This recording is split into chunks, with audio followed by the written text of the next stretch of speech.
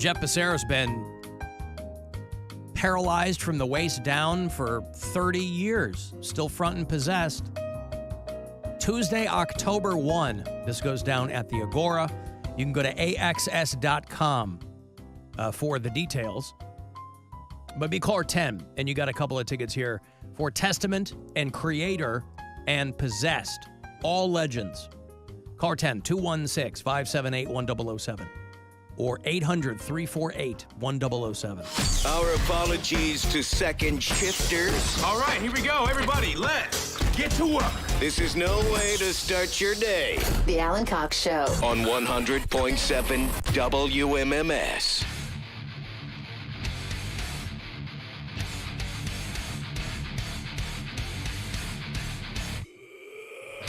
Oh, yeah. God damn. Some Testament in there. Good feedback from this Saturday night, so thank you for that. If you listen to 2 hours to midnight, our metal show. 10 o'clock Saturday nights, as the name implies. We will be back at it this Saturday night.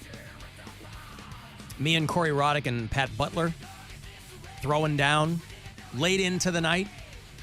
It's going to be after the, Guardians game on Saturday? Early-ish game, though, so I'm not worried about it cutting in. Well, maybe I am. 7-10 in Chicago. Guardians White Sox, that series is coming up, but the Tigers are in town tonight.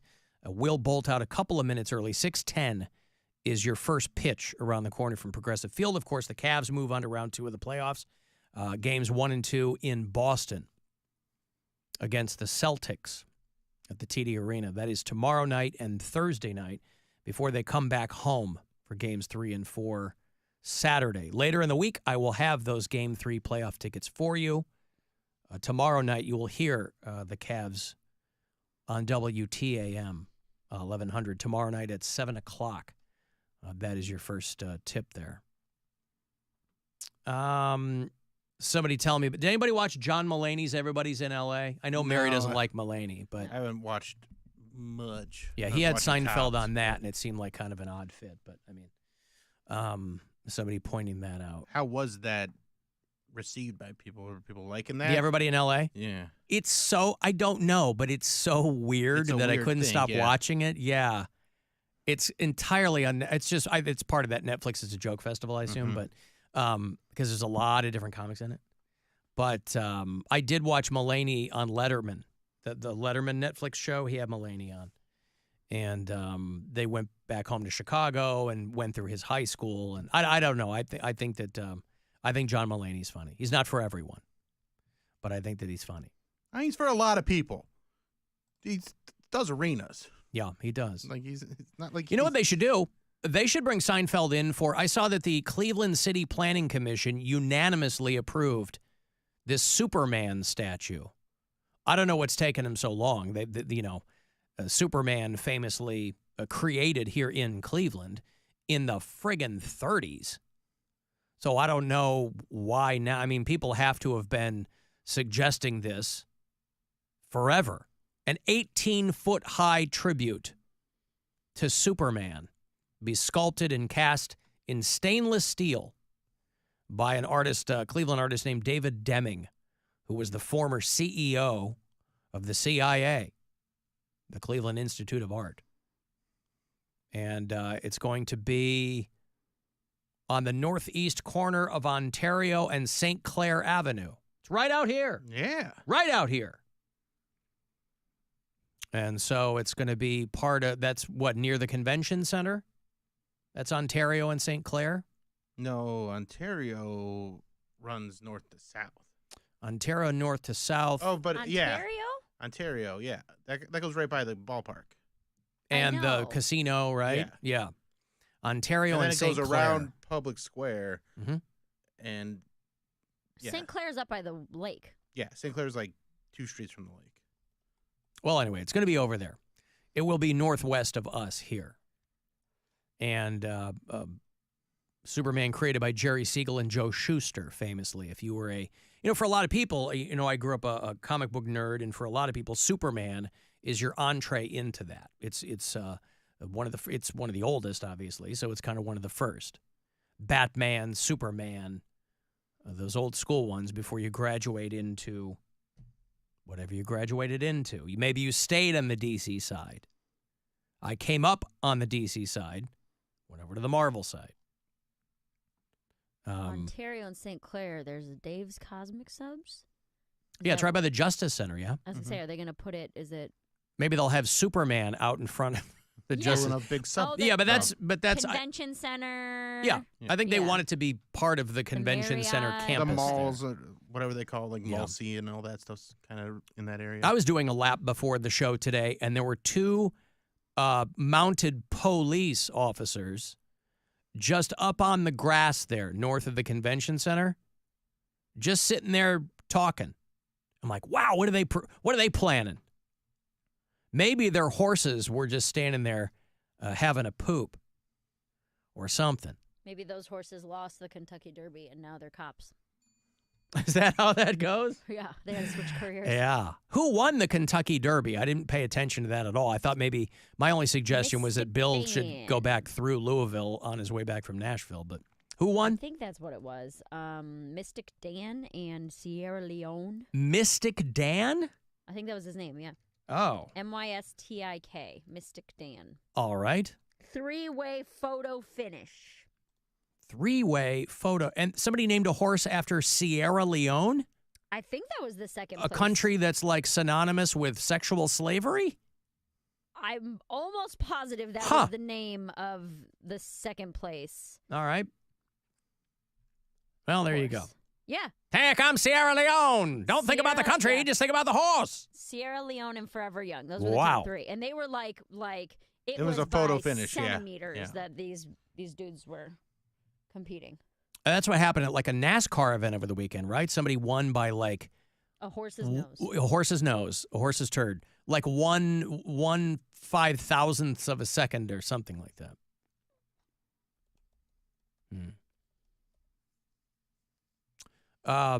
Superman will be over by the Justice Center, somebody says. Did anybody watch the Katt Williams Netflix special? No, I want to, though. That's on my list of things to watch. Everybody was flaming it, but I was like, I really want to see some Katt Williams. I was going to see him when he was at the Wolstein Center a few weeks back, but it just didn't work out with other things going on. But I got to watch that. I was going to try and watch it or like just listen to it on my drive home yesterday, but Netflix was like, you're not in the place, you're home. And I was like, I can't figure out.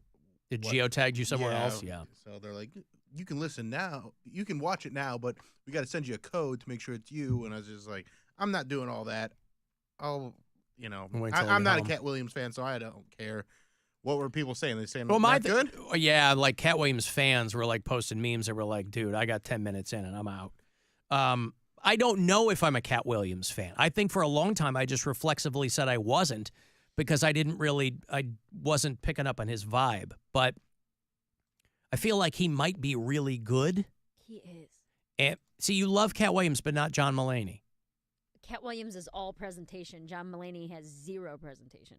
John Mulaney so has much presentation. Well, I want jokes. I don't care about talking presentation. about? I mean, I don't need a guy in a leprechaun suit running around. I want jokes. Okay, you can have jokes and present them in a way that isn't you standing there going, and I said to him, you're homeless. You don't like his that is delivery. That is what I hear when I hear John Mulaney talk. I see. So you prefer the much more calm and soothing voice of Katt Williams? No, I'm saying... Pimpin'. No, I'm saying that John Mulaney is so boring to watch.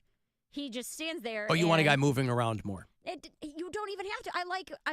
It's not even that. I just do not find John Mulaney funny. I don't find him likable. I don't find him funny. I don't like his delivery.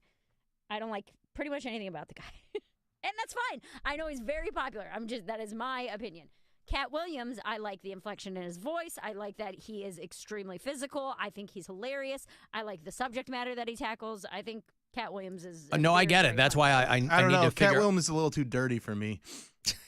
He's not even dirty. Bill likes he clean cusses comics. a lot. Y'all in here got 3 vaccinations and 4 boosters.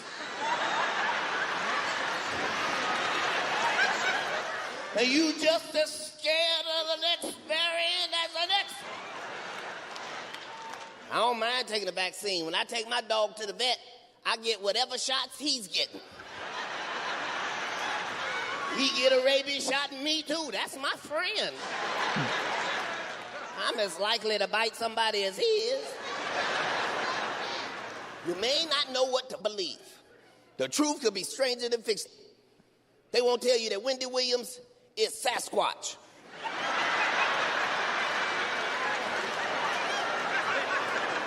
Bigfoot! Every time she go on hiatus, that's when you start seeing sightings of Bigfoot. All right, well, listen, it's silly. I think silly. I Sounds love like his Pound voice. Cake doing stand-up. He is someone that I could listen to read the phone book. I just like the way that he talks. I think he's funny. Okay. I mean, everybody's got their Yeah, own of course. thing. That's not my Yeah. guy. John Mulaney bothers me. John Mulaney is Understood. incredibly funny. I think John Mulaney is a very good writer. A great writer. I think that I just like jokes. Speaking of Bigfoot, by the way, they had a scare out there in Oberlin. They were covering this over on Channel 3. Our friends Mike Polk and Nick Camino were doing a thing over there with this Laura Queso, who is a real fox. She's one of their main anchors. She hosted an Alzheimer's walk that I did last year with our friend Jeremiah over at Kiss FM. And there was a Bigfoot sighting out in Oberlin. And the school went on lockdown, and everybody was laughing about it. But schools have to go on lockdown now for things because nobody knows what the hell is going on at any given moment. And if there's a guy walking around, you've got to take care. But they were laughing about it. For your weekly Sasquatch update. In all seriousness, though, guys, Firelands Elementary School went into a lockdown on Wednesday. And according to school officials, an unannounced visitor came to the campus dressed in costume. The video was posted to Facebook showing someone who appears to be wearing a Bigfoot costume running past classroom windows. A letter was sent to parents saying in part, quote, "While some people may make light of the situation, the fact remains that we cannot waver from the side of safety. The individual induced panic on our campus, and this type of behavior will not be tolerated." And we can assure you no one was hurt. The Lorain County Sheriff's Office confirmed to 3 News that the suspect, actually a parent, who did this. It was all Well, you know, it's that time you think about the senior prank season. It's May. Everybody's ready to get out of school. They do these things. The seniors do these things. I do not recommend that because we did that in high school and we got in some trouble for it. So You really can't. Don't do you those can't, things. guys. Yeah, I know it seems too funny, much. but you know the parent was even pulled over at a traffic stop. Oh, that's unfortunate. I mean, he looked like he was wearing a ghillie suit, but he was pranking as a Sasquatch. And everybody was kind of chuckling about the fact that, oh, this school must have overreacted. But the statement from the school district kind of speaks for itself. They're like, we're bombarded all the time now with nonsense. Yeah, this was a guy. Thank God. It was just a guy running around in a Bigfoot costume. But it could have been a dude getting ready to shoot the school. We don't know anymore. Like, you have to, I don't know if you have to overreact, but I would think that overreacting is better than underreacting. Abundance of caution. I mean, we've seen it time and time again. Underreaction never works out. The person was a parent taking part in a prank, I guess, there. Maybe you've got too much time on your hands. I mean, I don't know. You know, maybe they didn't inform the right people at the school. You know, if you wanted to have some. That's not how pranks work. I know, but these days, I mean, what if like a parent safety officer had tackled the guy and then this guy would be suing somebody? So parents really shouldn't be pranking the school, though. Like, that's not, like, I've never heard of parents doing a school prank. Like, you can prank your kids, but you don't do a prank on the whole school. Like, you got too much time on your hands, so homie. Silly. What's that? He's just running around in a Bigfoot costume. I'm just saying that schools now have to be hyper vigilant because no one knows what's happening anymore. Yeah. Like, what if it was one of those clowns that came back from 2016 when we were seeing those clowns all creepy and crap, and then they just disappeared? But everybody forgets about the clowns. I forgot about the clowns. The clowns? They didn't do anything. Wasn't it like viral marketing for something? We don't know. It just was. We don't. Thing. Yeah, it happened. But it was creepy, and they could have done something. So you just gotta be aware. It's harmless. It is until it isn't, though. Right. Like, we know, they talked to the guy, and he's like, oh, I'm just doing a thing here. Yes. So it turned out to be harmless. But the school's like, hey, listen, this is the world we're in now. I know everybody's having fun, but guess who gets reamed when something goes south? Me, the superintendent, the principal, the teachers. And the students. They're just trying to teach classes, the students, all of them. Alan, after listening to Friday's episode, I kind of feel like you're going down the path of becoming the new coast-to-coast AM host. That was pretty good. But yeah, I could see you in 10, 15 years being a crotchety old man sitting in the middle of the desert talking about conspiracy theories. I'd listen to it. Just saying, I love you. Bye. That was so earnest at the end there. No, we talked about people who think the moon landing is faked on Friday. I'm not a conspiracy guy. I think it's nonsense. You think the moon landing is nonsense? No, I think people who think the moon landing was faked. Again, they've got too much free time on their hands. Boy, people loved Friday's show, by the way. We squoze a lot into Friday's show. Bill was in Nashville. Gwen sat in. Pound Cake called in. How long was he on the phone for? Ghost Bag showed up. It was the return of Dr. Beauregard Tox. Remember him, Bill? Oh, yeah. And we got a new character on the show Friday. Do you remember the new character? Oh, who was it? Fatty Deposits. Oh, the vaudeville comedian from the mid-20s. There was just so much. I so forgot much. About Fatty Deposits. Fatty Deposits. How long was... Born out of a talk about... What was it, colitis? Or, diverticulitis. Diverticulitis, yes. Everybody was calling in with their exploding intestine stories, and we landed on Fatty Deposits. How long was Pound Cake on the phone? Yeah, did you just call in to check in, or was he, like, hanging out? How did that happen? You told him to call in, yeah? Yeah, because people were like, updates, so I was like, okay. Gwen was like, you guys miss him, and we were playing stupid. No. Yeah. And I texted him, I was like, hey, call if you can. And the last segment, he called and talked to us for about 5 or 6 minutes. Yeah. He was on his way home, I think, from work. But he's... bitches. Yeah, he sounds the same, right? Yeah. Like he was happy. He's same sassy boy. Yeah. Same little sassy boy he always was. That's awesome.